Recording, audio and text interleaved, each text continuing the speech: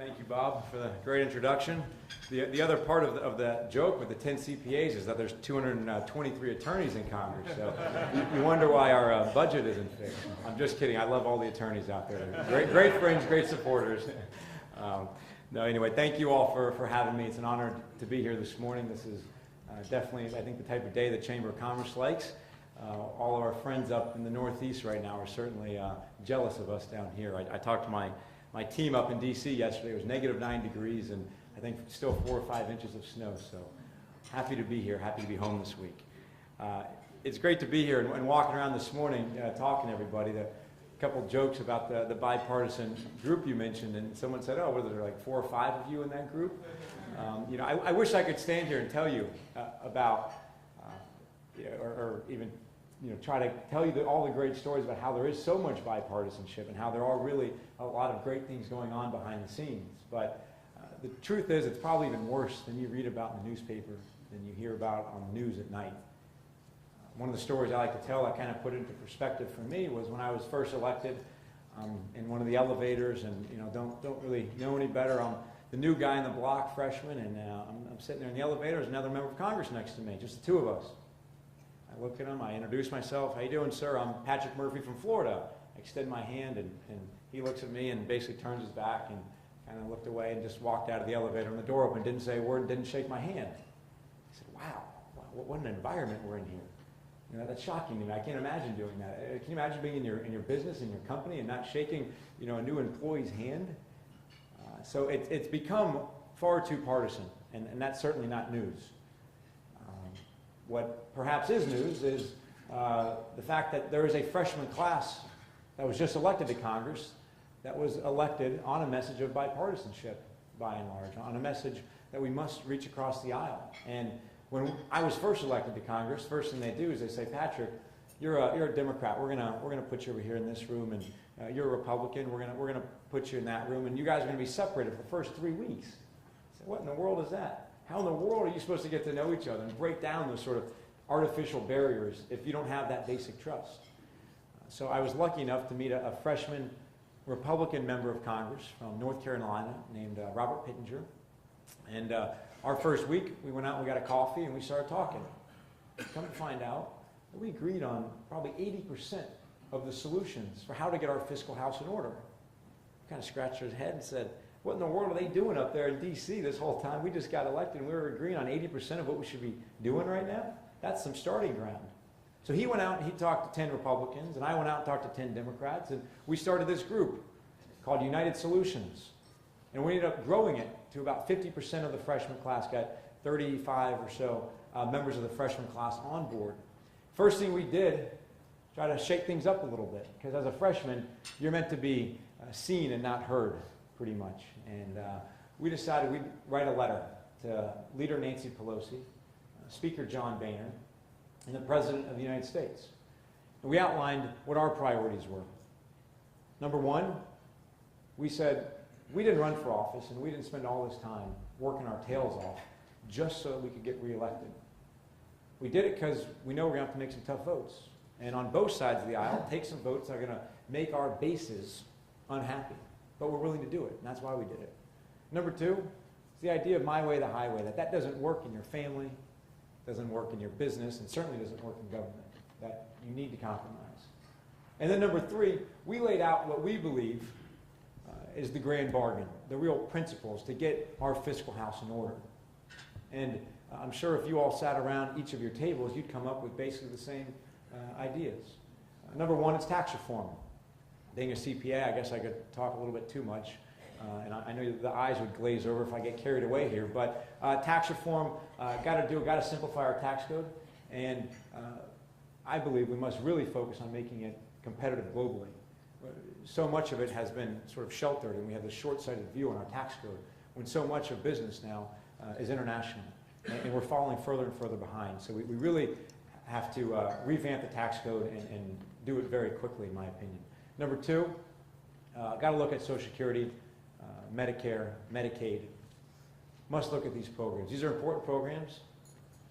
I believe in these programs, but I also believe we are going to need to make some changes to them. And if we don't, then we're just sort of ignoring the obvious. And the sooner we make those changes, the better off and the more likely that they're going to be there for my generation and my kids and grandkids. So let's just have the conversation and get it over with. Number 3 is the waste, the fraud, the abuse, and the duplication. And that's the part that drives everybody crazy. And that's the part that in our freshman group, United Solutions, we actually had the most success in talking about. And what we did is we took this report from the Government Accountability Office, an agency in DC, and they put this report out every year of all the wasteful spending. This year's book was about 2 inches thick, and it identified almost $1 trillion in wasteful spending.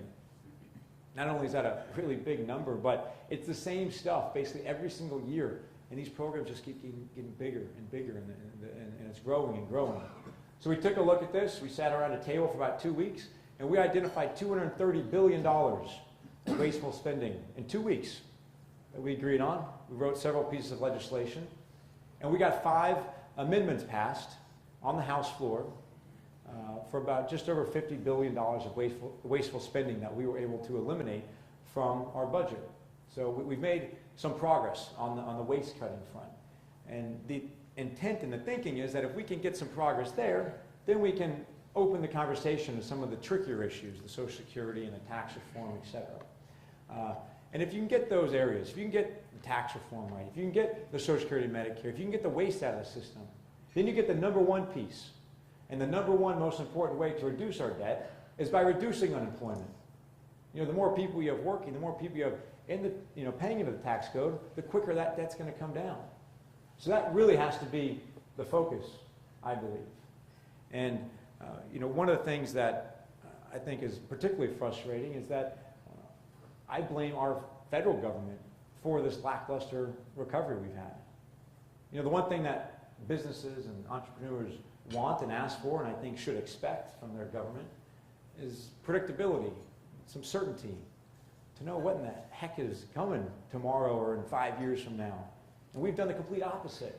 I guess I shouldn't say we, I just got there. So I'm only a year into it. Don't blame me. Don't throw the eggs at me yet. But, you look at the government shutdown. You look at not raising the debt ceiling, everything we're doing with interest rate. It's frustrating. Not to mention the regulation that keeps piling on and oftentimes is just done because someone wants to make a name for themselves and they want the bill with their last name on it. So they need to write a regulation so they can go home to their people and say, look what I did. I got something done. So we need to lay out an environment that's predictable. I don't believe it's government's role to create jobs, but rather create an environment that's conducive to job growth. So number 1, it's back to taxes. Laying out what the tax rate's going to be next year, in 5 years from now, in 10 years from now. Looking at modifying a lot of the depreciation tables that have fallen behind, looking at simplifying the tax code, getting rid of a lot of the loopholes, the deductions, and again, making sure we're competitive globally. When it comes to regulations, I'm on the Financial Services Committee and the Small Business Committee. But on financial services, one of the things we're wrestling with right now is the Dodd-Frank legislation. That was passed several years ago. But the regulators have only written about 50% of the rules. So think of that uncertainty.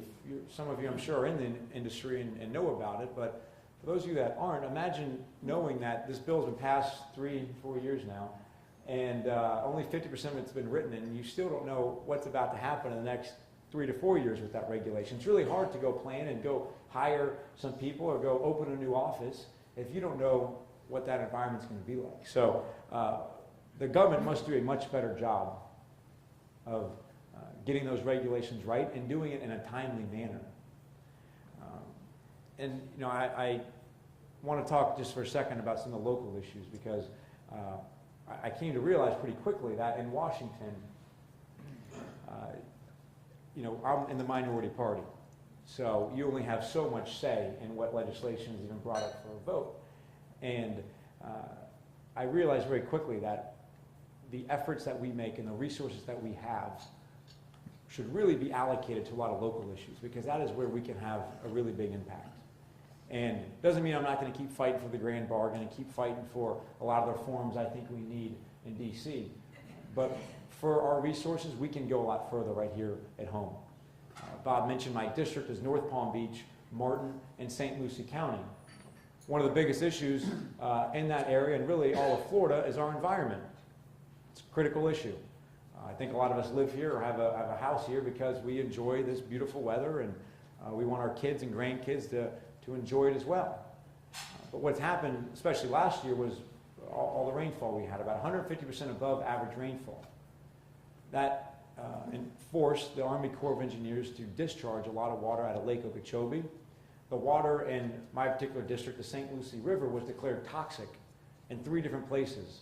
The kids couldn't go swimming, the charter boat fishermen couldn't go out fishing, the hotels were empty, the restaurants were empty. So you can see how the environment is so tied to the economy. And studies have shown that for every dollar spent on our local environment, it comes back 3 to 1 to the economy. So that's the argument that I've made in Washington, is that beach renourishment is critical. Protecting the Everglades is critical. Protecting our aquifers, our water supply, all of this is critical for not only, I think, our kids and our grandkids and our quality of life, but also for our economy. And we've been able to get quite a few things done. We passed the Water Resource Development Act in the House. That's a bill that's supposed to be passed every 2 years. Unfortunately, it hasn't passed in 7 years. Finally passed this Congress. There's a lot of really good projects in there to help all of Florida and especially South Florida. So optimistic that this year we will continue to see some progress to help some of the local funding. Some of the beach renourishment projects I think are important to all of us. And when I talk about beach renourishment up in D.C., people don't get it. They think, oh, you just, you Floridians want to go sit on the beach and, tan or whatever, play catch or something on the beach. What's really important, and we saw this after Superstorm Sandy in New Jersey, was it's preventative. The beaches are meant to be there, and they're meant to be much wider than they are right now because that helps when the storms come through, and we have the big swells. That helps keep that water from getting into our homes or into our hotels or restaurants, etc. And for a couple dollars spent on beach renourishment, it will save that times 10 in repairs down the road. So it's important that we protect our beaches from a fiscal standpoint, I believe. Another important issue locally are senior issues. The particular district that I'm lucky to represent, turns out has the 3rd largest amount of seniors in the country. And as Bob said, I'm the youngest member of Congress, so go figure there. I guess a lot of smart seniors in the district, I think. But a lot of what we do on a day-to-day basis is helping constituents. Maybe someone calls and a family member, or maybe a child has an issue with a government agency. We have a liaison in each of the offices with Social Security, with Medicare, Medicaid, and we can help clear up a lot of the issues that you may have. So that keeps us busy with a lot of the senior issues. Veterans is one of my top issues as well. Unfortunately, there in the budget that was recently passed, there was a provision in there that adjusted the cost of living adjustments for veterans. I didn't support that because I don't believe you should be balancing our budget on the backs of those that fought for what we have in this country. And I was able to lead a letter of the freshman class to, with Jeff Miller, the chairman of the Veterans Committee, to get that piece of the budget, to get that part removed. And they're looking for a pay-for that. But one of the real issues we need to address with veterans is making sure that they have a job when they come home. Our brave young men and women go overseas and fight and come back and they've got no place to go. We must do a better job of hiring our vets, and I'm adamant about keeping a lot of the tax benefits that we have for businesses to hire vets. And I've put on, we put on a big conference where we got the veterans locally, and we got the small businesses, and we connected them. And we helped a lot of the vets make sure that they do get a job here locally. And there's a lot of businesses that didn't even know about some of the tax breaks and some of the incentives there are to hire vets. So that's something that we've tried to do within our office. We recently put out a jobs plan. I don't know if we were allowed to pass it out or not today, but we put out our jobs plan, and I'll just highlight a couple of the top line issues there. And I don't want to talk too long. I'd rather get to questions. But number one, issue I think we should really be addressing and talking about is bringing back manufacturing into our country. We've seen 600,000 manufacturing jobs come back to America in the last 2 years. A big part of that is because of energy costs are finally really coming down, and we can see the light at the end of the tunnel for energy independence, thanks primarily to natural gas. But we can really make a lot of progress with manufacturing in our country, and I don't think we should rely on it for getting America back to where we were, but it can certainly fill a big void, and we can continue to be proud of America. You remember the days when things you say, made in America, made in the USA, we were proud about that. We've lost that. Everything seems to say made in China nowadays. There's a lot I think we can bring back to our country. Number two is infrastructure. I was very disappointed after the stimulus money, after the downturn was spent. So much of that went to a few of the big banks. I think a lot more of that should have gone to infrastructure. I think that would have put people to work immediately. And I think that would have been money much better spent. And one thing that I'm sort of on a high level constantly frustrated with in our government is our short-sighted approach. So much of the decisions that are made are based on politics, based on how do we get Republicans to hold the House, or how do we get Democrats to take back the House, or which president, the Republican or the Democrat, and it's all politics. I think it's incumbent and critical that government makes the investments and makes the decisions that are going to pay off in 15, 20, 30 years from now. America used to invest in itself, in areas where there was return on investment, where you had a certain amount of ROI. Areas like education, research, development, infrastructure. And those are the areas that are being cut right now in our budget. And we haven't done, I don't believe, a great job of balancing those priorities. Because when you cut from education, you cut from infrastructure, you cut from research. Yesterday I had an opportunity to speak over at Scripps. That's something we should all be proud of. The investments being made there are going to pay off in multiples down the road. That could be the next cure to a cancer. They might come up with the next drug. Some of the education we're investing in might lead to the next boom that we have. As the economy develops, we can't just rely on what got you there. You got to look at the next thing, the next Facebook, the next internet, whatever it may be. And that's going to come through education. So we must prioritize those investments and believe in ourselves, believe in our country.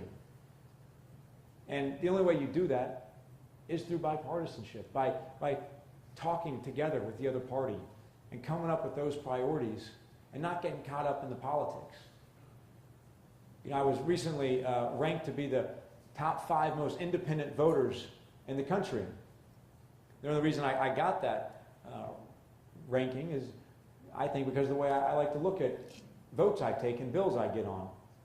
The national party will come to you and they will give you a list of votes every day, and they'll say, here, vote yes, no, yes, no. We basically just take that and tear it up in my office. That means nothing to me, what the party tells me to do. Every vote I look at, every bill I consider getting on, I'm going to look at number one and say, what's this going to do for my district? What's it going to do for the state of Florida?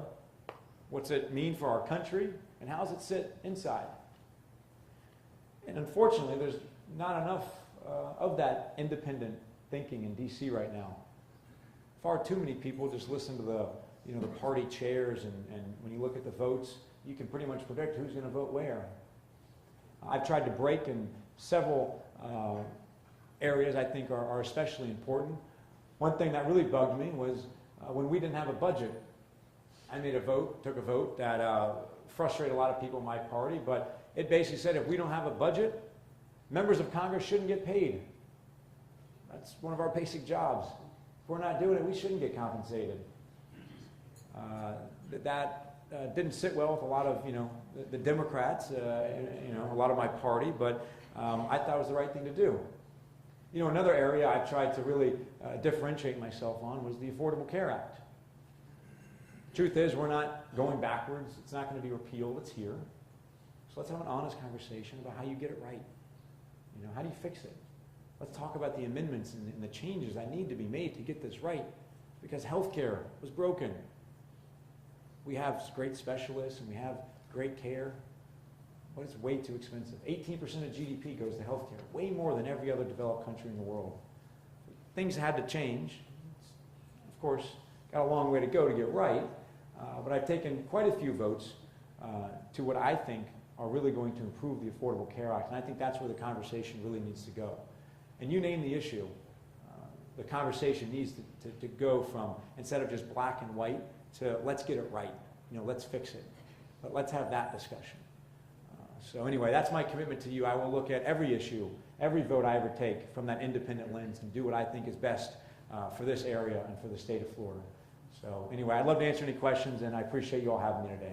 Thank you.